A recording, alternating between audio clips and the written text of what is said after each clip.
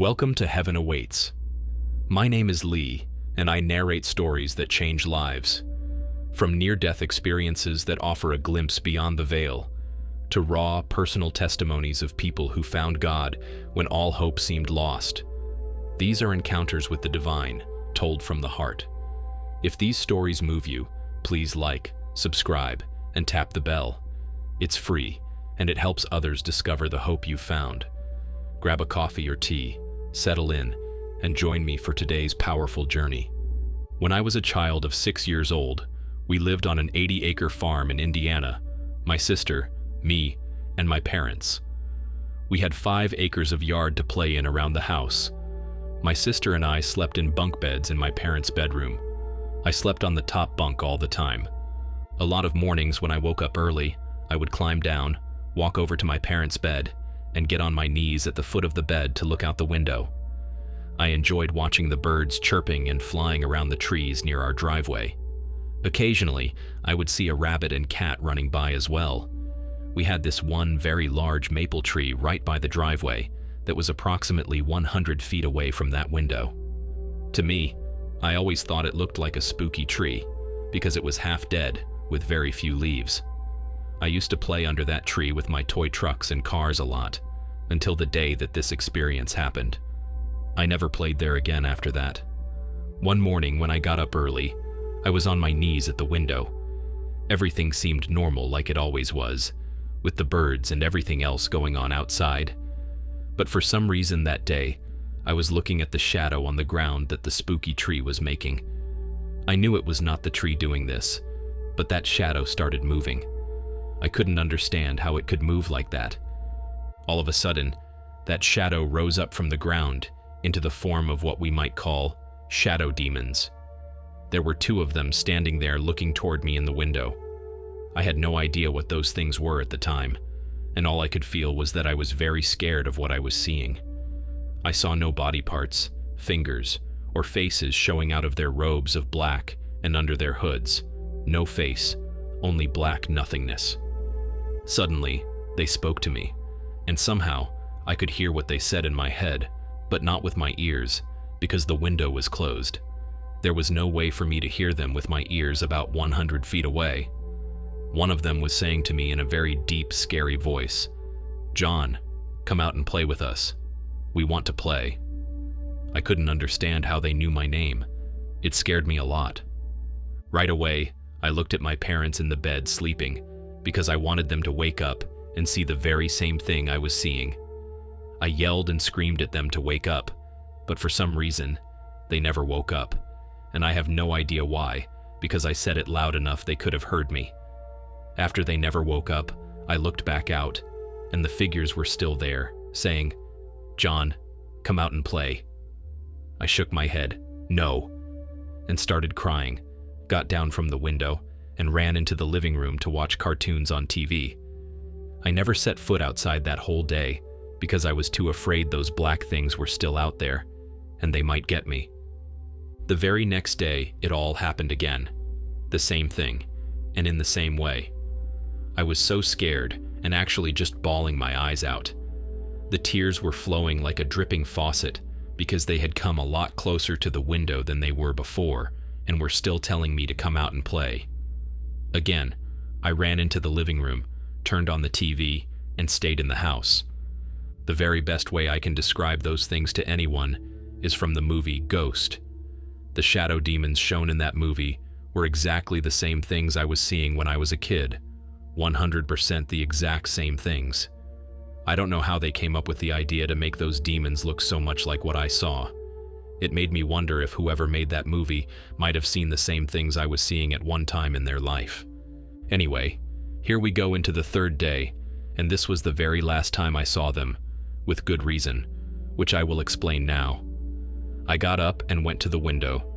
The birds were chirping a lot and going from tree to tree, when again the black things rose up and started coming toward the window.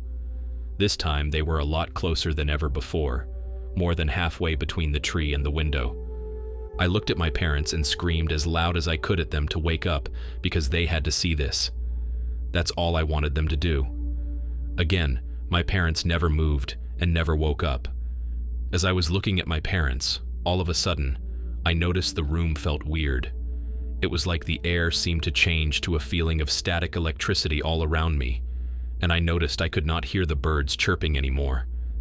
Everything was silent outside. There was a strange humming and buzzing sound above my head, like it was on the ceiling. I looked up, but didn't see anything. The only time I ever heard that sound again was when I was older. One day I was walking under those high-voltage electricity towers that we see along the roads, and I heard that buzzing sound again coming from those wires. It was the exact same sound. When I looked away from my parents and out the window again, I saw the most amazing thing I ever saw in my life. It was a true life, real living angel. Not a ghost, but a real-life solid person. Now at the time, because I was 6, I had no idea what I was seeing. All I could think of, because of my childlike, immature mind at the time, was that it was a regular-sized man with wings. I could only think to call him a birdman. I knew I was not scared of him like I was when those black things were out there. I had never seen anything like those things in my life before. The angel just stood outside the window about 20 feet from me as I looked out the window. All he did was just stand there smiling at me the whole time, and I just smiled back at him. He was amazing. His white clothes and white wings just glowed. It looked like he had a bright light shining on him, only instead of the light shining on him, I could tell the light was shining out of him somehow. That's the only way I know how to describe it. It was the whitest white I have ever seen anywhere. His wings were folded down behind his back, and the hump of his wings stood about 2 feet over his head. His clothes looked like the kind Romans wore in the movies riding in their chariots. A short skirt similar to a tennis skirt is what it looked like. He had sandals on that were brown leather, attached by brown leather straps laced around his legs up to his knees. I could see the hair on his legs as well. He had a gold handheld harp hanging on his left side, attached to a gold rope draped over his right shoulder. He had medium length and neatly trimmed blonde hair with a silver headband on his head that glistened like stars were inside it. As he moved his head side to side, rays of white light looked like they were shooting out of the headband by about 2 feet. The rays of light looked similar to the way a laser beam looks today. Again, the minute I saw the angel, I had no idea what he was or why I was seeing him. I just knew I was not scared of him. When I turned away and looked at my parents to try to wake them up again, that buzzing noise suddenly stopped, and the static electricity feeling seemed to go away out of the room as well. When I looked out the window again, the angel was gone, as well as those 2 black things, and the birds were chirping again. Every day after that, those black things never came back, and the angel never came again either. For the longest time, I never knew what I was seeing or why. It was only about 2 years later I found out what those things really were. During that time, I had no idea of what and who God was, and I didn't know what a demon was either. I went to Bible school for the first time in my life. I looked up at the wall and saw a picture with a couple of birdmen on it. I asked the lady sitting beside me what those things were. She smiled and said, "Those are angels." I thought, okay, now I know what I saw. Then I started to wonder why. It took me around 30 years before I finally figured it out, and the answer was so simple, I always overlooked the obvious reasons.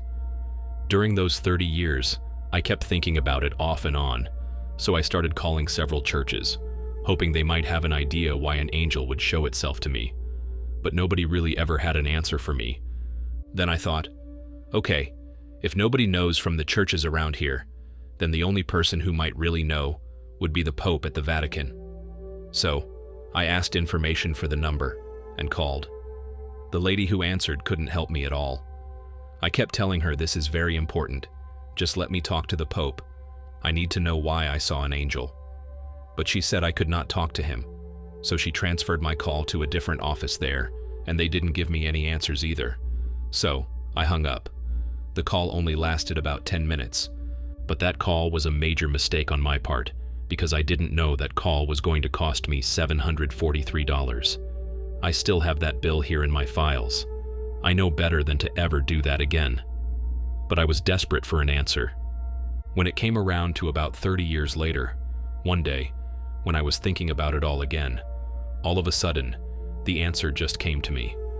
I realized the only logical reason it could be is because that angel came that day to make those demons leave me alone and never bother me again. And they never did.